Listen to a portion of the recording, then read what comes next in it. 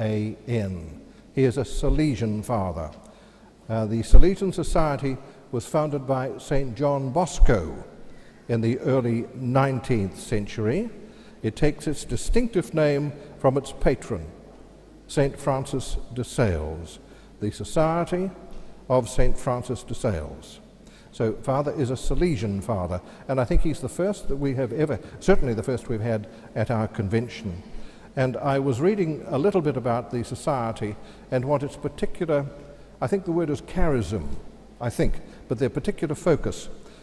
Although the real object of the Salesian Society is the Christian education of the young, especially of the poorer and the middle classes, it does not refuse any work of charity for which it has suitable members. In carrying out its principal work, instead of the old punitive or oppressive system, it adopts the preventive one, thus promoting confidence and love among the children instead of fear and hatred. And you might remember Father Riley talking to you yesterday about some of the work that he does. I'm reminded that that charism of education of the young is demonstrated very much in the person of Father Riley, who in 1997 opened Key College Independent High School and pioneered flexible education delivery models to help young people who've been living on the streets and in temporary accommodation return to school. And he is also a Chief Executive Officer, as you might have read in your notes, of Youth Off the Streets. He oversees the operation of 20 programs that employ 150 people and involve more than 800 volunteers. Now, Father Riley will tell you, and you will believe, that there is no such thing as a child born bad, but acknowledges that there are bad environments, there are circumstances and families that impact negatively on our young.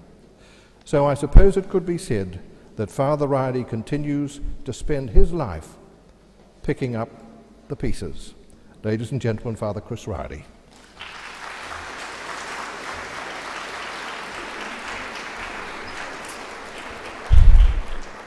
Thank you for that welcome again. I'm sorry you have to have 2 doses of me. That's a bit much in 2 days. The good thing for you, I will be on a plane in a couple of hours back to Sydney. As much as I love your country and wish I could see it, maybe one day when I'm much, much older and I don't plan to retire, I'm going to die, so maybe I won't ever get across here. I don't want to retire, I just want to die. Not now, 20 years' time's okay. I just wanted to do a couple of business things about Youth of the Streets. There is a newsletter at the back of the church with our details because people have come up to me. And you'll see why I spend as little time away as possible is if you can see my beautiful dog there. She's 66 kilo and a Great Dane dog, and I have a little pup that's 27 kilo. She's gone for 2 months from 7 kilo to 27 kilo, and she'll be as big as this one. So I miss them, and so I always rush home. You have a husband or kids, I have a dog, that's okay. I think a dog's easier most times. And the other thing, just to clarify what I said yesterday, is for those who are here, my mother does talk to me. People were a bit concerned that she might have stuck to her word. I was always very independent, and if she hadn't have spoken to me, that wouldn't have worried me. I would have went on my path and done what I was going to do. But after a few years, and she spoke to me straight away, there was never, one of her worst punishments was silence, I have to say. I got over her silences by the time I was 18. She wouldn't talk to me for a week. And I thought, I'm over your silences. I've been to boarding school. I'm not interested in you threatening me with your silences. I won't be anywhere near you, so they won't worry me. She thought that I was going to a monastery. And her concept of priest was she would never see me again because I would be enclosed in a monastery. Could you imagine me in a monastery? I would be insane, I have to say. Today I want to talk a little bit about faith, and I want to talk about Jesus, and we'll bring it back to my work, obviously, because I think it's really important that our work feeds our faith in some ways and vice versa. When I was a young priest, probably when I was first appointed 26 years ago, I was given the job as deputy principal, and I was really dynamic and enthusiastic. I was young and I was thin and I was active and running, and everything the kids were doing, I was there. A kid died, I'd be there. A kid celebrated something, I'd be there. So whenever anyone came into this college that was a bit weird, I'd be the person that had to deal with it. And so I was there in my office, and I was teaching full-time at the time as well, and someone came in and said, "There's an old man here, could you please see him?" And I said, "Sure." So this guy was brought into my office, and he smelt, and I looked at his feet, and they were bloodied and cut and pussy. And I'm no good when it comes to gunk. I just don't like to be touched by anything. I just don't like it at all. Blood, pus, whatever it is. I just really like to be very much distanced from all that sort of gunk. And this guy looked at me and said, "Father, I want you to bandage my feet." And I looked at him and thought, "You're kidding." And I said to him, "I will go and get the nurse to do this for you, because she's good at this sort of stuff." And off I went. He grabbed me and said, "No, I want you to bandage my feet." And I said, "I can't do that." And he insisted, and he said, "I want you to bandage my feet." And I was young and enthusiastic and idealistic. I thought, how am I going to do this? And I just lifted my eyes up and said, "God, please help me so that I give this man dignity." And when I looked up and then looked down again, I didn't see the bloody feet. It was just an amazing experience. I didn't see them. And I looked up at him, and his eyes were bright and alive. And I thought, I have met Jesus Christ. This man has been brought to me to teach me a lesson. And I very easily bandaged this man's feet. And he walked off, never seen him again. And in my own mind, I guess, is he real? Was he a message directly from Christ? And I guess, yes, he was real. And yes, he was a message from Christ. And just seeing even I don't know the official titles, I'm not very good with religious things, I have to say, because I don't live in religious circles, but seeing Mother Teresa's sisters here is just really, she would have inspired me to do that, because she would have touched those feet without even hesitating. And I need to look to heavens to be inspired to do that.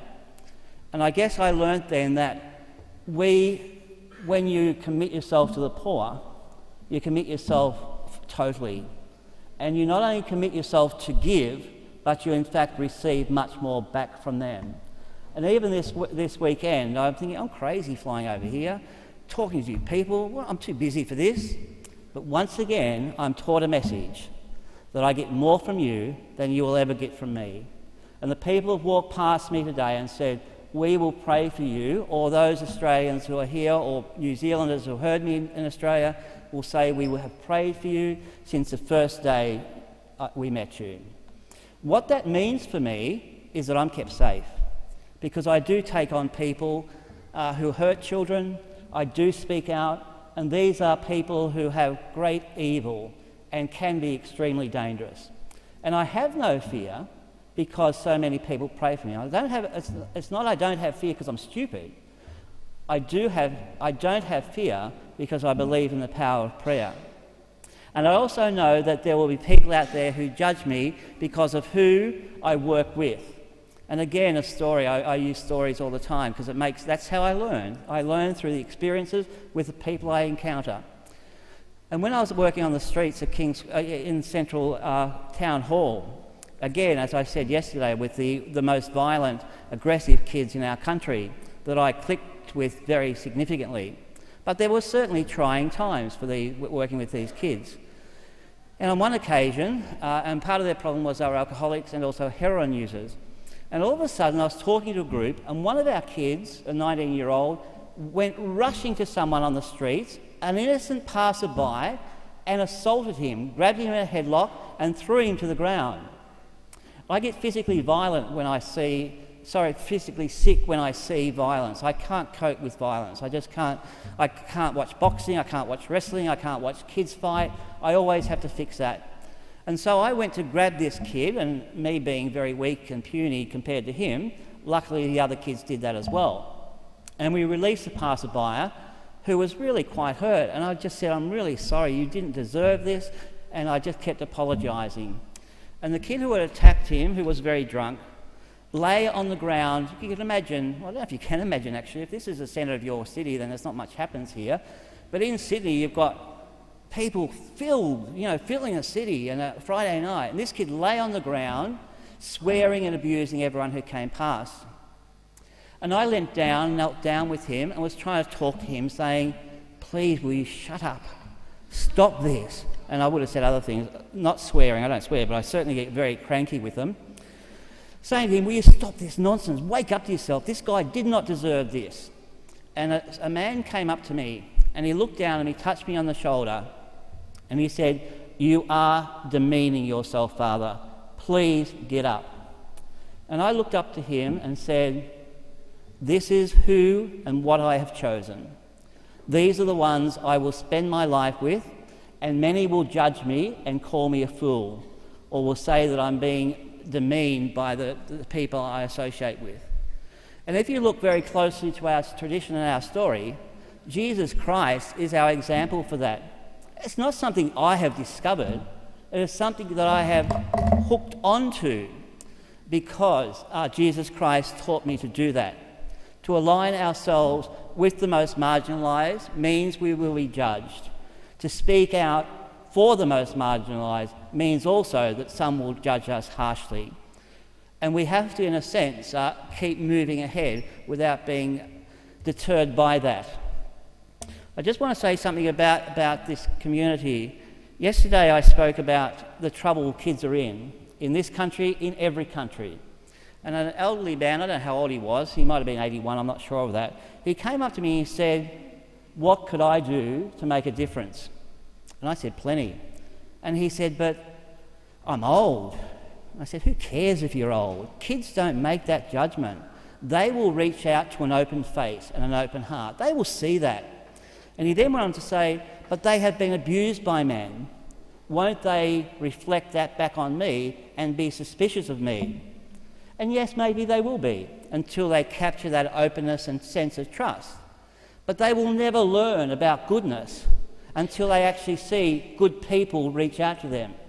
If they are locked into their own experience, only their own experience, in cases of girls, for example, that we deal with, and the sexual assault, the domestic violence that they undergo, the rape, all that stuff, if they understand that males are all like that, then they will never find that hope that we talk about. And what we have to do is, to people who are suspicious and who have been hurt by the very people who should have loved them, we have to allow them to get close to us so they will learn that in fact not all people, and in fact most people, are not like the ones they have experienced in their life. And that's crucial. And I say this to you, you need to reach out to your community, wherever it is. I'm not telling you to go and work for street kids, but wherever your community is hurting, we've got to reach out. Our young people, as I said yesterday, we need to empower them to give to others through service learning. I did also mention I was going to speak about multiculturalism, racism today, and that is in a sense fairly radical in Australia. It's not, again, they're not my ideas. If anyone is interested in going through this, the understanding, it's called Healing Racism, and you'll find that on the internet. It's a worldwide movement. And it's only in the last year or so that I've begun speaking about it, and there's been obviously a lot of criticism. In one case, it was just identifies how clearly the racism is alive, and I'll say this, and it's one of the worst bit of hate mails I've ever received. And it said to me, I was working in Macquarie Fields, and I got this email from a person there saying, what an absolute joke you are. What a fraud. God's work like hell. You look after the black kids only. And as far as we're concerned, it's the black kids that have destroyed this suburb. They rob, they steal, and you think you're doing a fantastic job with them. They are like cabbages. They cannot be taught anything.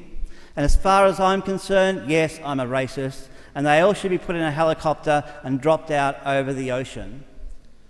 And I'm thinking, how can anyone have so much hate?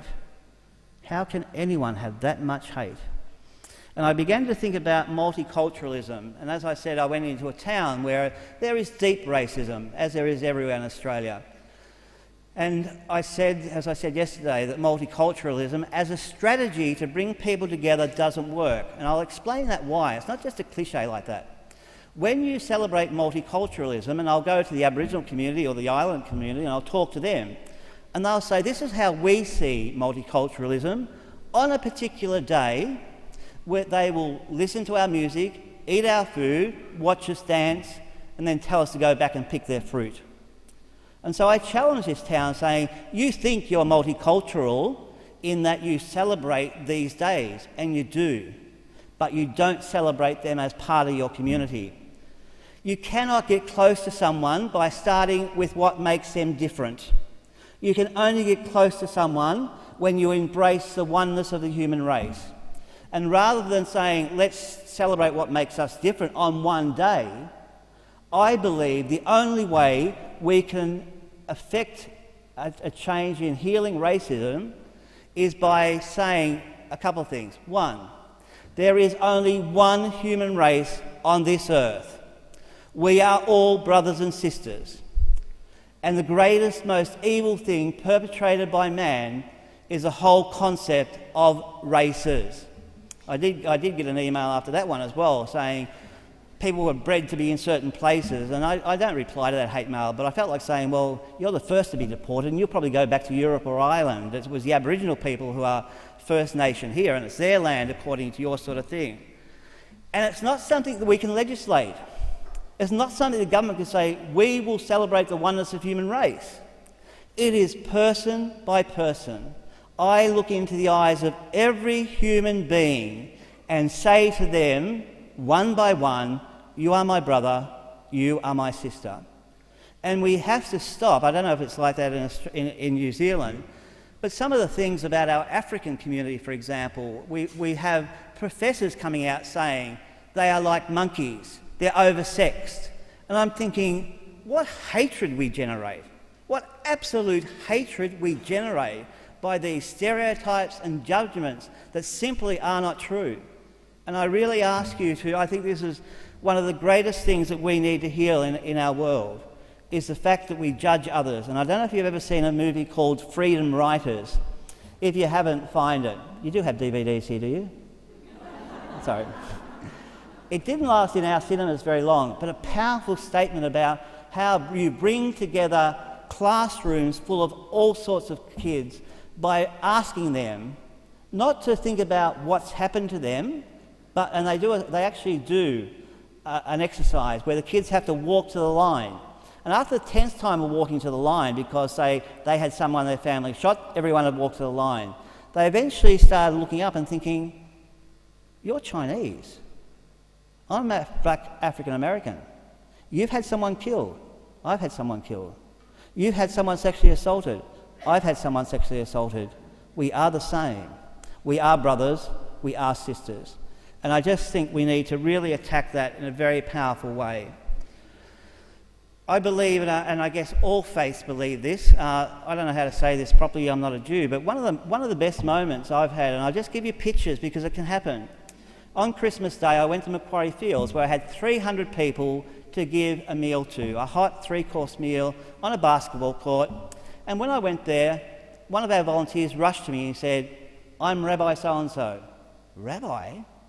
And here are all my people, 12 of our volunteers. And this was just such a fantastic image for me. And I had spoken in their tabernacle, in their synagogue a few months beforehand, and had built this relationship. And I just said to them, this is the greatest Christmas I've ever had. Seeing you guys, I did say to them, are you okay with cutting that ham? They said, absolutely. We can cut ham as much as you like, Father, we just won't eat it. And so that was an incredible symbolism. A few months before Christmas, I again had the privilege of being on a stage, and because I had received the 2006 Human Rights Medal, I had to present the 2007 Human Rights Medal and the major awards. And as I stood there, the major community award was given to a 30-year-old Aboriginal. So here he was standing next to a Catholic priest. The next person to get the individual award was a Muslim who had actually got a surf life saving group together at Cronulla. For those who don't know, there was a big fight between the Muslims and the Cronulla lifesavers. So he decided he would get young Muslims to be lifesavers working alongside. He got that, and so he had an Aboriginal, Muslim, and the next one to get the highest award that I'd received the year before was a Jew. And I just looked thinking, Aboriginal, Jew, Muslim, Catholic, we can do this. We can work together. We can acknowledge and accept the goodness of all people. And I guess they say, Tikkun Olam is a Jewish saying that says, it is part of me. I am under an obligation to make the world a better place. The same with us, and the same with the Muslim theory and religion. I believe that you cannot have a Muslim terrorist. It's like saying you can have in Ireland, remember us, it was only a few years ago, Catholic terrorists, no such thing. If you're a terrorist, you leave your faith. You cannot be a killer and a Catholic. You cannot be a Muslim and kill. And I think we need to get that really clear.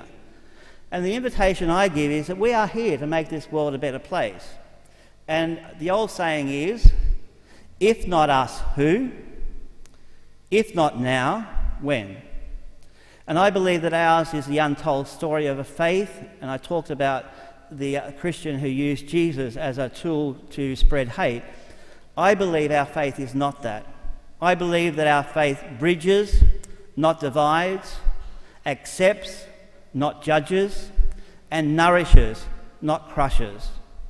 And millions of people around this world, and I'm sure you people too, are anchored and guided by a faith that simply, and as I said, one of my heroes, and I was looking, so sisters, by the way, if you can give me a free book, the latest book on Mother Teresa where she talks about her doubt, I'm after that one. I was hoping it'd be up the back, but I'll go on the internet to get that.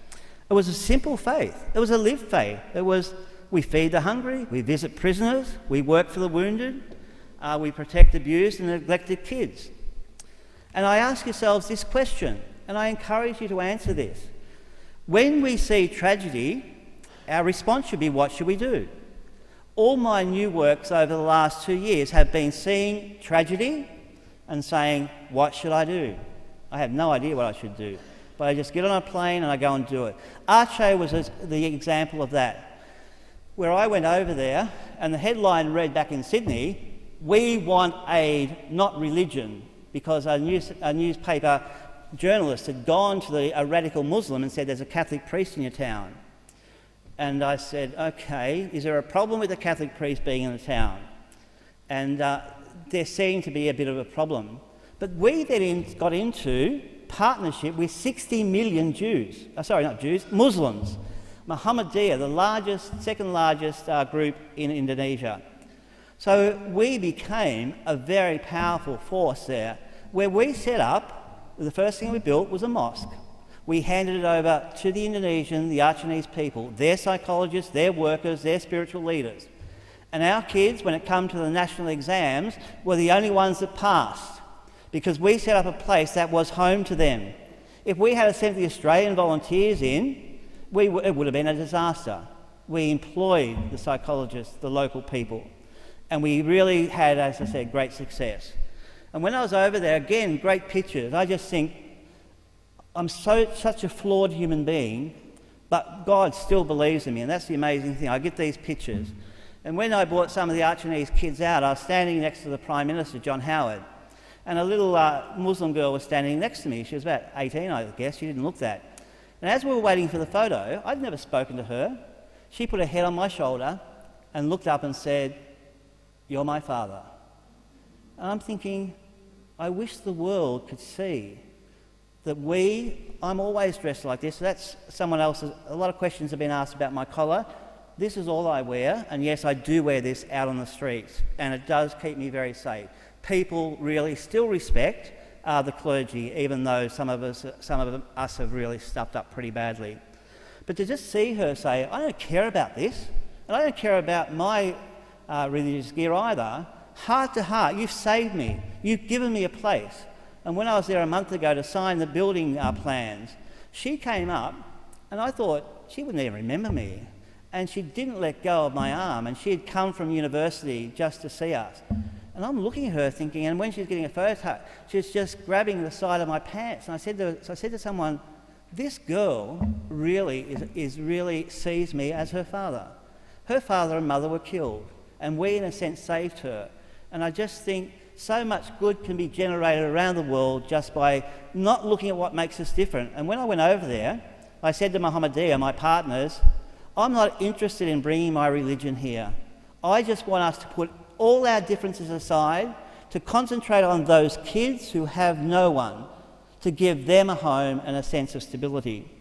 So I guess what I'm saying, and Macquarie Fields, I talked about the riots, Griffith, I talked about the racism there, and another little town we went into, we found 40 girls under the age of 14 in a town of 2,000 people. Can you get the figures? 2,000 people, 40 girls under the age of 14 who got pregnant to get the baby bonus, which is a $5,000 payout in Australia. So we went in there, had the second highest sexual assault rate in the state. We also put truck drivers in those towns on notice, saying, we are watching you pick up these young girls to use as prostitutes. We will take photos of you and we will have you prosecuted. And we will give messages out like that. So what I'm saying to us as Christians, what we have to do is, when we see tragedy, our response should be, what should I do? Or I like to say about us as Christians, watch my feet, not my mouth. Don't listen to what I would like to do. Watch my feet take me to a place to do something that Christ has committed me to do. And so I ask you to watch your feet as well. I said these things to the Cardinal when I was giving an address, and he's actually quoted me, so he must be okay with these. I said, Socrates, does everyone know Socrates? He says, the unexamined life is not worth living. I said to the Cardinal, that's nonsense. It's a lot of garbage. The unreflected life isn't worth living. He got it wrong. And I said this, the uncommitted life isn't worth living. The uncommitted life is not worth living. I then had a crack at Descartes. I almost failed my philosophy, so I hate philosophers. And I had to stay back one time because I failed an exam and I wasn't allowed to go to camp where you're looking after kids. And I am always where kids are. So to be told, no, you're staying Christmas and you're going to study harder and you're going to have this special exam. So I stayed. I say cheated too, don't tell anyone I said that. It was the only time I've ever cheated, but when you're talking about philosophy, I'm thinking, I can't get these concepts. It was epistemology. I couldn't even say the word at the time. But Descartes said this, and I remember my philosophy teacher saying very pompously, cogito ergo sum. Does anyone know what that means? I think, therefore I am. And again I said to the Cardinal, what rubbish. It should be amo ergo sum. I love, therefore I am. And I think we as Christians need to embrace those sorts of concepts. And for me and for the kids I work with, and I know for you, service grounds me. When I do something for others, I feel right in my faith.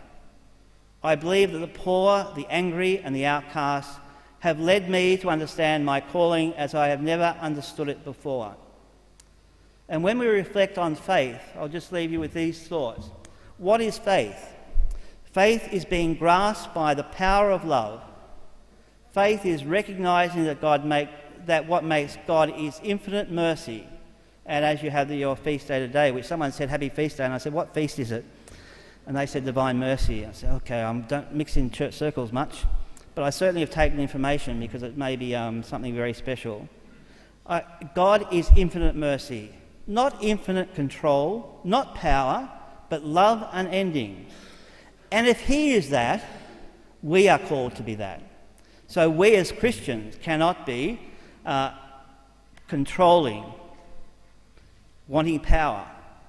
We acknowledge the courage such faith requires, and we boldly proclaim. This is the last thing Conservatives want us to say. I love the recklessness of faith. I love getting on a plane and going to somewhere where I have no idea what the outcome's going to be, because I believe in the recklessness of faith. First you leap, and then you grow wings. God gives you those wings. I was giving a talk, and I'll go through this, and I'm a teacher, so I always finish on time. Don't go over time for anything. Kids walk out on you normally. I was giving a talk to a group of young people about the cross and the World Youth Day. And I'll just read you one page of what I said to them. The church, I said, in Australia, and also you put it in New Zealand, has much to say about humanity. Through the lens of the cross, I said, we must see the communities living in poverty in Australia equal to the poorest third world countries, our Aboriginal communities. We must fight through the lens of the cross for the abused and sexually assaulted kids, as this is the most urgent health crisis in our community. And as I said, in New South Wales daily, 660 young people are notified at risk every day. Welfare would say probably a third of kids actually notify or report. So we're really looking at something like 1,800 kids being abused every day. And I used examples of what had gone on within a few weeks prior to that talk. And I said, through the lens of the cross, we must cry for 7-year-old Shillelagh, who was found starved to death in her home. At the age of 7, she was found to be 9 kilo. Her socks were welded to her feet because they hadn't been changed. There was excrement and rotten food and rats in that bedroom. And I said, through the lens of the cross, we must hold her close. And I've gone on further to say we take a tough line. Never let those parents go near another kid, ever.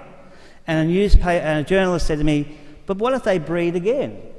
I said, if they go and have a child again, I will have a social worker at the bed of delivery, and I will take that child away from them right away. These people will never have children again if I have anything to do about it. In the same week, I said, through the lens of the cross, we will pray for 2-year-old Dean, whose body was found stuffed in a suitcase and dumped in a duck pond. We will pray and hold close the 8-year-old girl who was sold by her father to another man for sexual services for the price of 1 can of beer. We must acknowledge the past wrongs to our Aboriginal brothers and sisters, and I call your people and my people First Nation. Understanding the long-term impact of the stolen generation, not simply removing kids who were at risk from troubled families, but in Australia, instituting legislation which required all mixed bloods to be removed. We must acknowledge the invasion of this country, for it was not an empty land, as we claim. It was inhabited. And I went on to say, and I actually agreed to be an Australia Day ambassador this year, and I've avoided that, but I thought, I won't be asked a second time, but I am going to say this. I am going to say on Australia Day that this day in Australia, for 4% of our population, is Invasion Day. And I will say that I believe Australians can be blamed for an act of genocide, because the removal of half-caste kids was an attempt to breed the blackness out of our nation. And we have to acknowledge that. And the beauty, I think, of Australians nowadays is if they're told the truth and not blamed and all that, but understand, they will begin to see the pain that we've inflicted on our First Nation people. And I went on then to say, through the lens of the cross, we must challenge embedded racism in our society. And rather than using multiculturalism as a tool to bring us together, each of us must look every person we meet in the eyes and embrace each other as brother and sister. We must strive to embrace the oneness of humanity. There is only one race, the human race, and we must expose the evil of the very concept of race.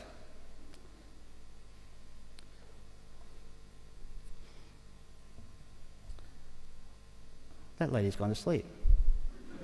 I'm very boring, aren't I? I had to break. I was getting too serious, so I needed you. So will you come over to Australia? You can be my prop, because I need props to bring a bit of a thing. Sorry? No, I did.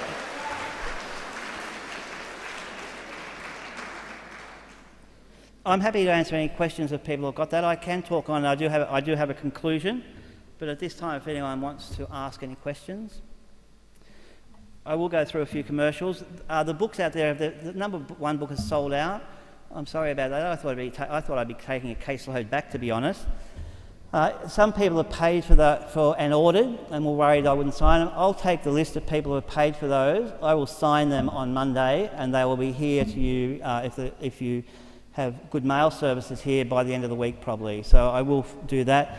There is that newsletter at the back of the church which gives you a few concepts, and that story is a very powerful story. It's about a gay kid that I came across, a kid who was absolutely abused. And one of the problems working with street kids is when a kid says he's gay, you're not really sure if it's linked to his abuse. You're not really sure if he's been abused so much that he believes that it's his fault because he's gay. And this is a kid that went through incredible abuse, but now is working as a psychiatric nurse. And when he rang me from Wales, I was just so pleased that this kid had made it because he'd been through so much. So that newsletter is there. There's also a group I would really like to support because I am in New South Wales, but we also run orphanages in East Timor, the Philippines, Tanzania, and Aceh. And there's a group starting up in your town called the Trading Circle, which sells products from those countries, but gives it real currency. And I actually bought 6 of the angels myself last night because for Christmas I get my personal staff together, and I don't know, all my personal staff are women, and the majority of my staff, I guess 70% of my organisation is women, so I give them an angel every Christmas to thank them for the work that they actually do for me. So if you do contact the Shepherd Sisters who are out there and may be able to help with the running of that centre that they have there as volunteers.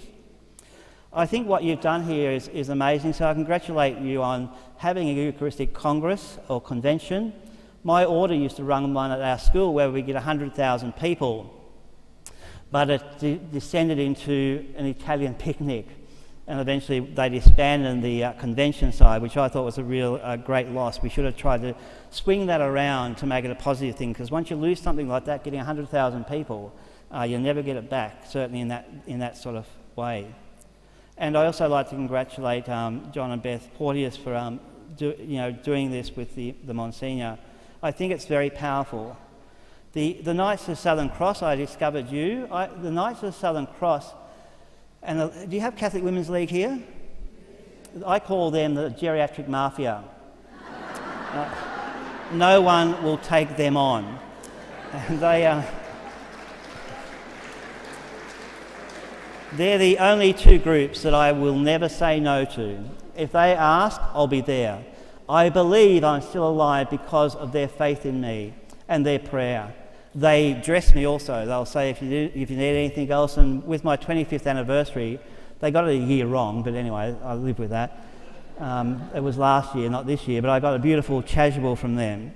And I went into the hall on that night, and this lady who was 94 came up with her daughter who was a nun, but who was at home looking after her mum and dad before he died.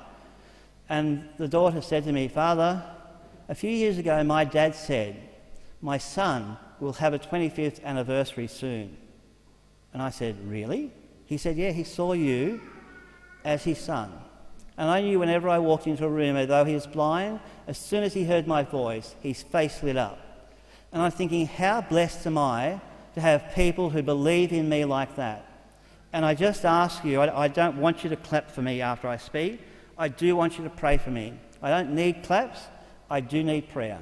I do need people to hold me in their hearts so that I can deliver my work with great courage. And everyone else who works for the marginalised and disadvantaged. I just want you to finish up on a religious note. As I said, I'm not very religious normally, but I just thought this is a group of people who are very similar to the everyday people. John said to me, "You have a lot of corporate supporters." I said, "No, not really. And he mentioned a guy, and I said, well, if that guy pretends he helps me, he's simply lying. One day when I was really desperate, and he had got me to a certain area, guaranteeing to fund it, and I was in desperate need. And I went into his house that had servants everywhere, a movie theatre as big as this, an incredible pool, everything. And he did, and I was there saying, the thing you want me to run is struggling for money.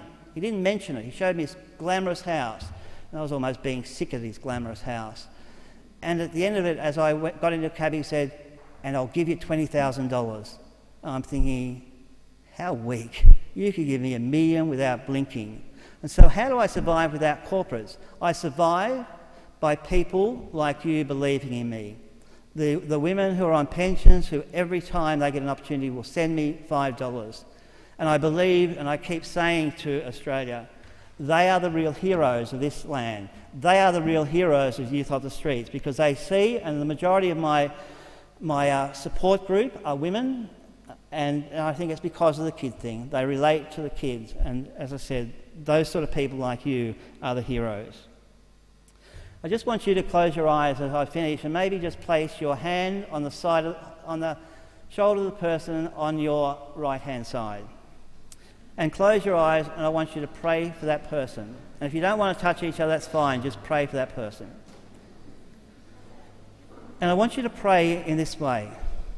Jesus Christ calls us to witness to God's love throughout the world. Ours is a faith. The way we exemplify it, the way we present it by example, ours is a faith that bridges and doesn't divide, that accepts, that doesn't judge, that nourishes and not crushes. The person I pray for at the moment, I pray that you will be someone who brings people together, someone who accepts without judging, and someone who nourishes with God's love. And we make this prayer through Christ our Lord. And again, if you just pray for me, and as I said, I don't want to be clapped after this. If you just pray that my work, and maybe the sisters here too, that our work is blessed by the goodness of your prayers. And as you pray for me, I'll give you these words, which I think are the most amazing prayer I've ever read. They were found scribbled on the wall of a concentration camp in Germany. So I guess the person who wrote these prayers, I hate myself, we should turn that off. You have to watch me like that. I thought if you're up there you couldn't even see me, but they're forcing that on you. But it was found scribbled on the wall of a concentration camp in Germany, and I presume the person who wrote this prayer soon was killed, as they would have seen 6 million Jews killed through the Holocaust. And I really believe if we want to understand what happened to our First Nation people, and what I believe is post-traumatic distress, that it goes through generations, look at the Holocaust. We get it there. We don't get it with our First Nation people, but it's the same thing. In this tragic environment, they wrote this, and I say this every day, and maybe it'll be useful for you. I believe in the sun, even when it isn't shining. I believe in love, even when I do not feel it, and I believe in God, even when He's silent. And we make this prayer through Christ our Lord. And through the lens of the cross, we must cry for justice. And let all who watch us say, see how the Christians love each other. Remember, don't clap. Thank you, and if you have any questions, I'm happy to answer those in the 3 minutes I've got. I will be outside if people wanted their book signed, and as I said, I will sign and send any that have got names there. I'll do that personally when I get home, and I'm in my Sydney office tomorrow morning, so we'll get it done tomorrow.